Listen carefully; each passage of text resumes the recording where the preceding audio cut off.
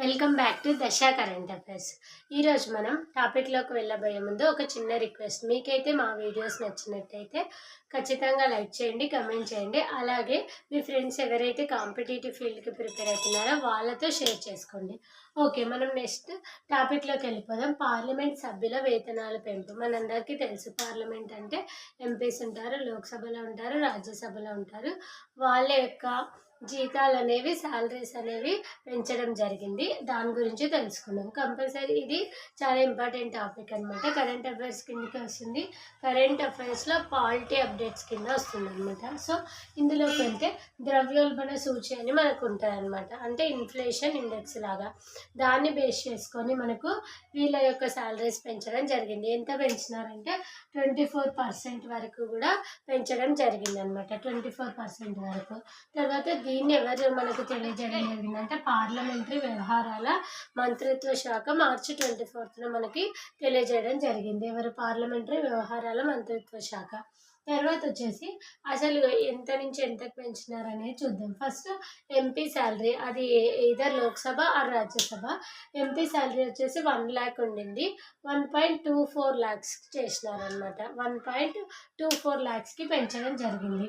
తర్వాత రోజువారీ భత్యం, అంటే ఎవ్రీడే వాళ్ళు అటెండ్ అవుతుంటారు కదా, దాన్ని బేస్ చేసుకొని రోజువారీ భత్యం వచ్చేసి 2000 ఉండింది, దాన్ని 2500 వరకు పెంచడం జరిగింది. తర్వాత పెన్షన్, ఆల్రెడీ మాజీ ఎంపీగా పనిచేసి రిటైర్డ్ అయిపోయిన ఎంపీ గారికి పెన్షన్ ఇస్తారు కదా, దాన్ని 25,000 నుండి 31,000కి పెంచడం జరిగింది. తర్వాత అదనపు పెన్షన్, అంటే 5 years కంటిన్యూస్గా ఎంపీగా పనిచేసి తర్వాత మళ్ళీ దాని తర్వాత వాళ్ళకి అదనపు పెన్షన్ వస్తుంది అనమాట. దాన్ని 2000 నుండి 2500 వరకు పెంచడం జరిగింది. శాలరీనేమో 1 lakh to 1.24 lakhs పెంచినారు. రోజువారీ భత్యం ఏమో 2000 to 2500 పెంచినారు. పెన్షన్ ఏమో 25,000 to 31,000కి పెంచడం జరిగింది. తర్వాత అదనపు పెన్షన్ వచ్చేసి 2000 నుంచి 2500 వరకు పెంచడం జరిగింది. ఇవన్నీ కూడా పెంచినారు కదా. వీటిని ఎప్పటి నుంచి వాళ్ళకి అమలు చేస్తున్నారంటే April 1, 2023 నుంచి. అంటే 2023 April 1 నుంచి కూడా వాళ్ళకి ఈ ఈ పెంచిన శాలరీస్తో శాలరీస్ ఇవ్వడం జరుగుతుంది. తర్వాత వచ్చేసి వీటిని పెంచడం అనేది మనకి ఏ యాక్ట్స్ కిందకి వస్తాయంటే first salary allowances and pension of member of parliament act. Salary allowances and pension of member of parliament act ఒకటి. IT act 1961. ఇక్కడ ఏంటంటే మనం ద్రవ్యోల్బణ సూచి ఆధారంగా 24% పెంచినామని చెప్తున్నాం కదా, దాని కింద ఐటీ యాక్ట్ 1961 కూడా తీసుకోవడం జరుగుతుంది అనమాట. లాస్ట్ టైం మనం ఎప్పుడు చేంజ్ చేసినాం శాలరీస్ అంటే, ఇప్పుడు 1 lakh ఉండేది 1.24 lakhs కదా. 1 lakh ఎప్పుడు చేంజ్ చేసినామంటే 2018. అంటే లాస్ట్ టైం అప్డేట్ చేసింది ఎప్పుడంటే 2018లో శాలరీ పెంచడం జరిగింది. 2018 తర్వాత మళ్ళీ ఇప్పుడు 2025లో పార్లమెంట్ యొక్క సభ్యుల వేతనాలు పెంచడం జరిగిందనమాట. నెక్స్ట్ టాపిక్ వచ్చేసి very important topic, TB, tuberculosis. మనందరికీ తెలిసి ట్యూబర్క్యులోసిస్ అనేది చాలా డేంజరస్ డిసీజ్ అనమాట. ఇది బ్యాక్టీరియా వల్ల వస్తుంది, మైకో బ్యాక్టీరియా వల్ల. ఇక్కడ వచ్చేసి ఏంటంటే టీబీ కోసం ఒక ప్రోగ్రామ్ తేవడం జరిగింది, దాన్ని ఎరాడికేట్ చేయడం కోసం. యాక్చువల్గా టీబీ వల్ల మనకి మెయిన్గా ఎఫెక్ట్ అయ్యే పార్ట్ ఏంటంటే లంగ్ అనమాట. లంగ్స్ వచ్చేసి ఎక్కువగా ఎఫెక్ట్ అవుతుంటాయి టీబీ వల్ల. మన బాడీ పార్ట్స్లో లంగ్స్ ఎక్కువ ఎఫెక్ట్ అవుతాయి. సో ఇక్కడ వచ్చేసి DBT అంటే డిపార్ట్మెంట్ ఆఫ్ బయోటెక్నాలజీ వాళ్ళు ministry of science and technology కింద ఒక ప్రోగ్రామ్ తేవడం జరిగింది. దాన్ని డే టు ఎరాడికేట్ టీబీ అంటారు. దాన్ని ఇన్ డీటెయిల్గా అంటే ఎక్స్ప్లెయిన్ చేస్తే data driven research to eradicate TB. అంటే దీన్ని మళ్ళీ ఒకసారి చదవండి. Data driven research to eradicate TB అంటే ఫస్ట్ వాళ్ళు డేటాని కలెక్ట్ చేస్తారు, తర్వాత శాంపిల్స్ తీసుకొని దాన్ని బేస్ చేసుకొని టీబీని ఎరాడికేట్ చేయాలని నిర్ణయించుకున్నారనమాట. ఎరాడికేట్ అంటే నిర్మూలించాలని. తర్వాత వచ్చేసి ఇక్కడ ఏంటి అంటే మెయిన్గా వీళ్ళు ఈ ప్రోగ్రామ్ కింద 32,500 శాంపిల్స్ని కలెక్ట్ చేసి అంటే చెక్ చేయాలనుకున్నారు.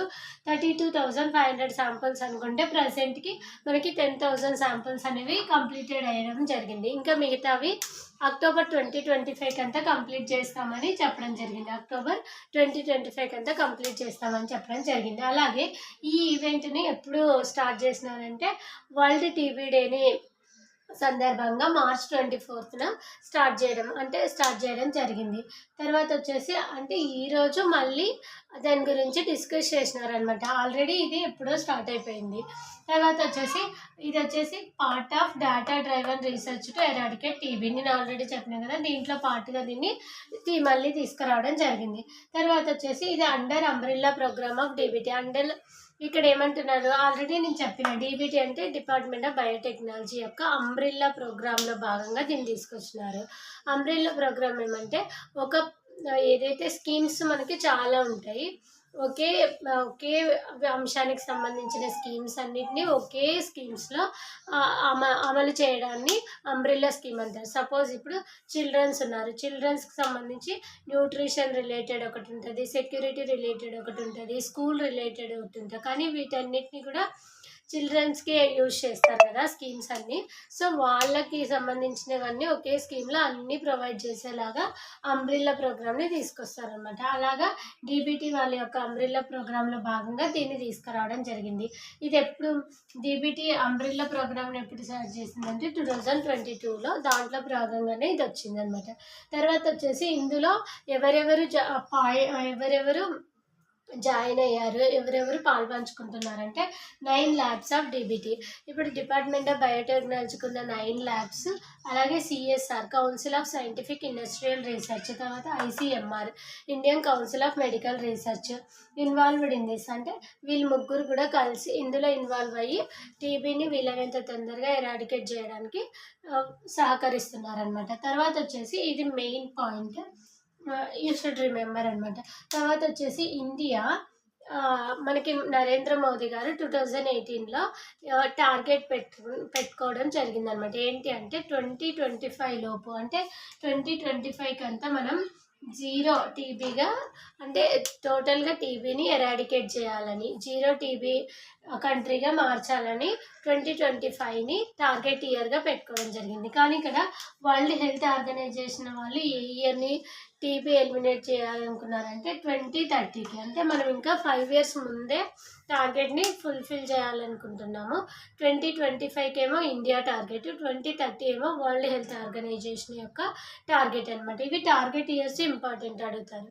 అలాగే టీబీ డే ఎప్పుడంటే వరల్డ్ టీబీ డే మనకి మార్చ్ 24న చేసుకోవడం జరుగుతుంది.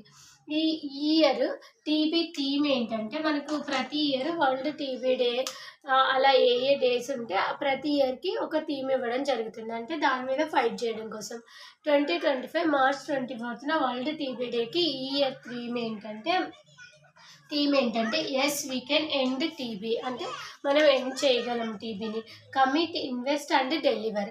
అంటే కమిట్మెంట్ ఉండాలి, ఇన్వెస్ట్ చేయాలి అంటే ఎరాడికేట్ చేయడానికి, డెలివర్ చేయాలి. ఏదైతే చేయాలనుకుంటున్నామో దాన్ని కరెక్ట్గా ఇంప్లిమెంట్ కూడా చేయాలి. అప్పుడే మనము టీబీని నిర్మూలించగలమని చెప్తుంది. This is all about TB అనమాట. ఇక్కడ వచ్చేసి చూడండి, మనకు ఆల్మోస్ట్ 2022లో 2015లో మనకి 2015లో 2370 కేసెస్ ఉన్నాయన్నమాట. కానీ 2022కి వచ్చేసరికి 1990 కేసెస్ అయిపోయినాయి. అంటే 2015తో పోలిస్తే 2022లో కేసెస్ అనేవి తగ్గిపోయినాయి. సో అలాగే తగ్గించుకుంటూ వస్తూ మనం ఎరాడికేట్ చేయాలని చూస్తున్నాం. తర్వాత వచ్చేసి టోటల్ వరల్డ్లో చూసుకుంటే మన 28% అనమాట. 28% ఆఫ్ టీబీ కేసెస్ ఇండియాలో ఉన్నాయన్నమాట. సో వీటన్నిటిని కూడా ఎందుకు తీసుకొచ్చినామంటే టీబీని వీలైనంత తొందరగా నిర్మూలించడం కోసం. So this is all about TB. Next topic, happiness index.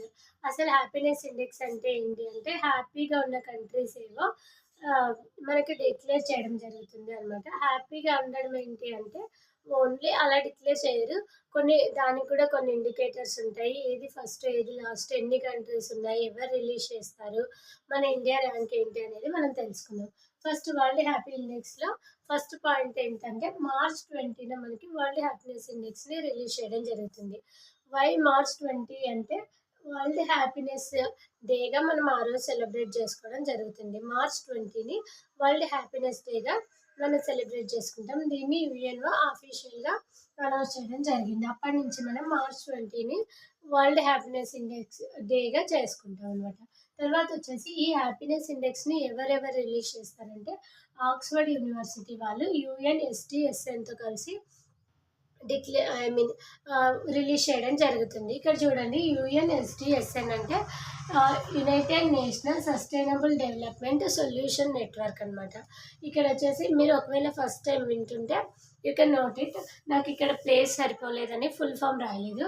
United national sustainable development solution network వాళ్ళు ఆక్స్ఫర్డ్ యూనివర్సిటీతో కలిపి ఈ ఇండెక్స్ని రిలీజ్ చేయడం జరుగుతుంది.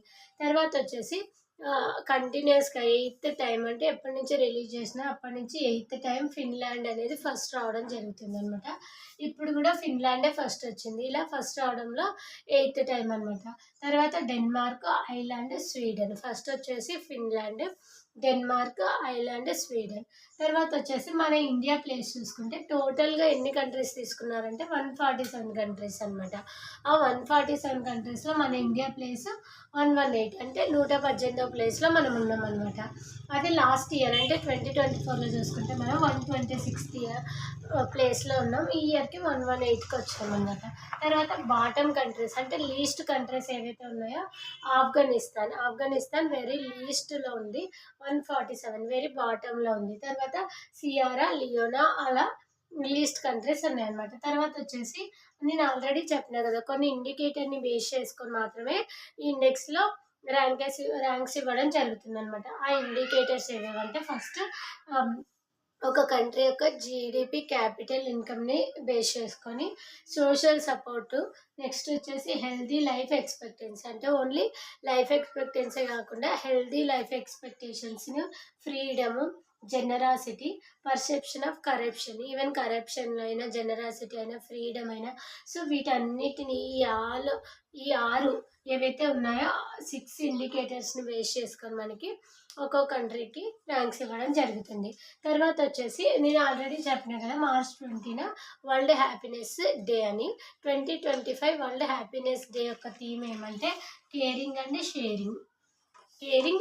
షేరింగ్ అనమాట. దీని వచ్చేసి తర్వాత మనం ఇక్కడ ఇంపార్టెంట్గా ఏం చూసుకోవాలంటే మనం ఏవైతే మన సరౌండింగ్ కంట్రీస్ ఉంటాయి కదా వాటి యొక్క ర్యాంక్స్తో మన ఇండియా ర్యాంకును కూడా కొన్నిసార్లు కంపేర్ చేసి అడుగుతుంటారు.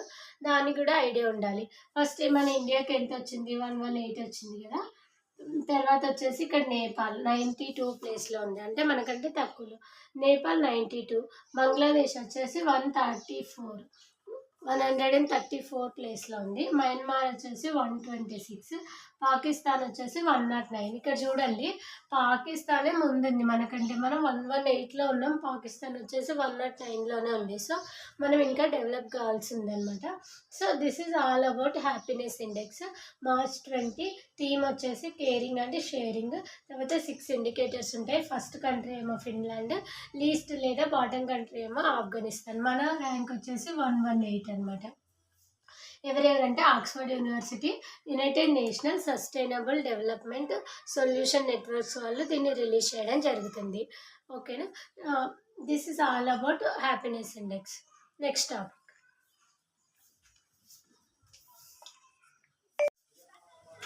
నెక్స్ట్ టాపిక్ వచ్చేసి ఎన్విరాన్మెంట్ పర్ఫార్మెన్స్ ఇండెక్స్ అనమాట. ఇది వచ్చేసి ఎందుకంటే ఈ మధ్య ఎన్విరాన్మెంట్లో వస్తున్న చేంజెస్ బేస్ చేసుకొని మళ్ళీ ఇది అప్డేట్ కింద ఇవ్వడం జరిగింది. అంటే 2024లో రిపోర్ట్. దీన్ని ఇంకోసారి మనం చూసుకుందాం.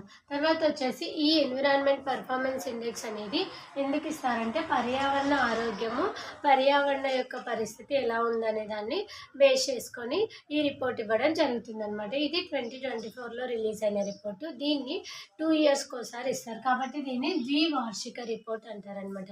దీన్ని ఎవరెవరు రిలీజ్ చేస్తారంటే ఫస్ట్ యుఎస్ఏలో ఉన్న Yale university, world economic forum, Columbia university, ఈ ముగ్గురు కలిసి మనకి ఈ ఎన్విరాన్మెంట్ పర్ఫార్మెన్స్ ఇండెక్స్ని రిలీజ్ చేయడం జరుగుతుంది. తర్వాత వచ్చేసి ఇక్కడ నేను చెప్పినా కదా ఆల్రెడీ పర్యావరణ ఆరోగ్యము, పర్యావరణ వ్యవస్థ యొక్క స్థితిని బేస్ చేసుకొని ఇస్తారు. తర్వాత వచ్చేసి దీంట్లో ఉన్న టోటల్ కంట్రీస్ ఏంటంటే 180 కంట్రీస్ ఉన్నాయన్నమాట. టోటల్ కంట్రీస్ 180 కంట్రీస్ ఉన్నాయి. 180 కంట్రీస్లో మనకి ఫస్ట్ టాప్ కంట్రీ ఏదంటే ఎస్టోనియా. 75.7%తో ఎస్టోనియా కంట్రీ ఫస్ట్ టాప్ 1లో ఉంది. తర్వాత లక్సెంబర్గ్, జర్మనీ అనమాట. ఫస్ట్ వచ్చేసి Estonia, Luxembourg, Germany. Top 3 countries వచ్చేసి ఇవన్నమాట. తర్వాత వచ్చేసి ఇండియా మనకి 27.1 పాయింట్స్తో 176th ప్లేస్లో ఉందన్నమాట. 176th ప్లేస్లో ఉంది. తర్వాత వచ్చేసి ఇందులో తీసుకునే అంశాలు ఏంటి అని, ఇప్పుడు హ్యాపీనెస్ ఇండెక్స్ అయితే మనం జెనరాసిటీ, ఫ్రీడమ్ అలా తీసుకున్నాం కదా. అదే ఎన్విరాన్మెంట్ పర్ఫార్మెన్స్ ఇండెక్స్లో వచ్చేసి వాతావరణ మార్పు తగ్గింపు, అంటే వాతావరణంలో వచ్చే మార్పులు ఏవి నెగిటివ్గా, అంటే ఎక్కువ టెంపరేచర్ పెరిగిపోవడం, ఐస్ కరిగిపోవడం, అలాగా ఏవైతే మార్పులు వస్తుంటాయో వాటిని తగ్గించడం కోసం చేసే కృషి వల్ల అటవీ నిర్మూలన ఈ మధ్య ఫారెస్ట్ ఫైర్స్ ఎక్కువైపోతున్నాయి కదా, వాటిని తగ్గించడం కోసం చేసిన పనులని, వ్యర్థాల నిర్వహణ, వ్యర్థాలు ఎక్కువ వచ్చినప్పుడు వాటిని ఎలా నిర్వహిస్తారనేసి, అలా ఆల్మోస్ట్ 11 అంటే 11 అంశాలని 58 సూచీలని, అంటే 11 అంశాలు 58 సూచీలను బేస్ చేసుకొని మనకి ఈ ర్యాంక్స్ ఇవ్వడం జరుగుతుందన్నమాట. సో ఫస్ట్ టైం ఎస్టోనియా, మన ఇండియా వచ్చేసి 176th ప్లేస్లో ఉంది. 27.1 వచ్చేసి ర్యాంక్ అనమాట. తర్వాత వచ్చేసి ఇక్కడ నేను చెప్పినా కదా 2 ఇయర్స్కి ఒకసారి రిపోర్ట్ వస్తుందని. 2022లో వచ్చింది. 2022లో వచ్చేసి 180th ప్లేస్లో ఉన్నామంటే మనమే లాస్ట్. నేను చెప్పినా కదా టోటల్ కంట్రీస్ 180, మనమే 180 వచ్చినాం అనమాట. కానీ 2024లో కొంచెం డెవలప్ అయ్యి కొంచెం మెరుగుపడింది అనమాట. ర్యాంక్ అనేది 176th ప్లేస్లోకి వచ్చేసినాం అనమాట. So this is all about environment performance ఇండెక్స్లు ఎప్పటికైనా చాలా ఇంపార్టెంట్. ఎందుకు, ఎవరు, ఎలా, ఏం ర్యాంక్స్ అనేవి కంపల్సరీ అడుగుతారు. తర్వాత వచ్చేసి ఎవరెవరంటే Yale university, world economic forum, Columbia university. Report వచ్చేసి 2 ఇయర్స్కి ఇస్తారు. 180 కంట్రీస్ ఉన్నాయి. ప్రజెంట్ మనం 176th ర్యాంక్. తర్వాత వచ్చేసి ఈ అంశాలు గుర్తుపెట్టుకోండి. మెయిన్గా ఎస్టోనియా, లక్సెంబర్గ్, జర్మనీ ఫస్ట్ రావడం జరిగిందనమాట. నెక్స్ట్ టాపిక్ వచ్చేసి సుప్రీంకోర్టు విద్యార్థుల ఆత్మహత్యలపై నేషనల్ టాస్క్ ఫోర్స్ వేయడం జరిగింది. రీసెంట్గా ఏమంటారు, పెద్ద విద్యా సంస్థల్లో చదువుతున్న ఎస్టీకి చెందిన విద్యార్థులు ఆత్మహత్య చేసుకోవడం జరిగింది. ఎప్పుడంటే 2023లో ఐఐటి ఢిల్లీలో చదువుతున్న ఎస్టీ విద్యార్థులు ఆత్మహత్య చేసుకోవడం జరిగింది. వీళ్ళ యొక్క ఆత్మహత్యలకి రీజన్ తెలుసుకోవడం కోసం నేషనల్ టాస్క్ ఫోర్స్ వేయడం జరిగింది. అలాగే దీంట్లో ఇద్దరితో కూడిన ధర్మాసనం ఈ నేషనల్ టాస్క్ ఫోర్స్ని ఏర్పాటు చేయాలని చెప్పింది. జస్టిస్ జేసీ పార్దివాలా, జస్టిస్ ఆర్ మహాదేవన్తో కూడిన ధర్మాసనం. తర్వాత వచ్చేసి వీళ్ళు ఎవరైతే ఎస్టీ విద్యార్థులు ఆత్మహత్య చేసుకున్నారు కదా, వాళ్ళ తల్లిదండ్రులు ఢిల్లీ హైకోర్టుకి వెళ్తే వాళ్ళు కేసుని కన్సిడర్ చేయలేదన్నమాట. అప్పుడు వాళ్ళు సుప్రీంకోర్టుకి వెళ్ళడం జరిగింది. సుప్రీంకోర్టు నేషనల్ టాస్క్ ఫోర్స్ని ఎస్ రవీంద్ర భట్ నాయకత్వంలో నియమించడం జరిగింది. ఈయన వచ్చేసి ఎవరంటే ఆల్రెడీ రిటైర్డ్ సుప్రీంకోర్టు జడ్జి అనమాట. తర్వాత వచ్చేసి సిఆర్పిఎఫ్ సెక్షన్ 174 కింద అనుమానాస్పద అసహజ మరణాల గురించి అన్వేషించవచ్చు అనేసి దాని కింద ఎన్టీఎఫ్ని నేషనల్ టాస్క్ ఫోర్స్ని తీసుకురావడం జరిగింది. ఇందులో ఈ నాయకత్వం వహిస్తున్న రవీంద్ర భట్తో పాటు సభ్యులు ఎవరుంటారంటే కేంద్ర విద్యాశాఖకు సంబంధించిన సభ్యులు, సామాజిక న్యాయం, స్త్రీ శిశు సంక్షేమానికి సంబంధించిన సభ్యులు కూడా ఇందులో ఉండడం జరుగుతుంది. తర్వాత సుప్రీంకోర్టు ఈ నేషనల్ టాస్క్ ఫోర్స్కి మధ్యంతర నివేదిక 4 నెలల్లోపు, పూర్తి నివేదికని 8 నెలల్లోపు సమర్పించాలని కూడా చెప్పడం జరిగింది. సో ఫైనల్గా ఈ నేషనల్ టాస్క్ ఫోర్స్ ఏం చెప్తారో చూద్దాం మనం. యాజ్ పర్ అప్డేట్ అయితే ఇంతవరకే. Okay, thank you.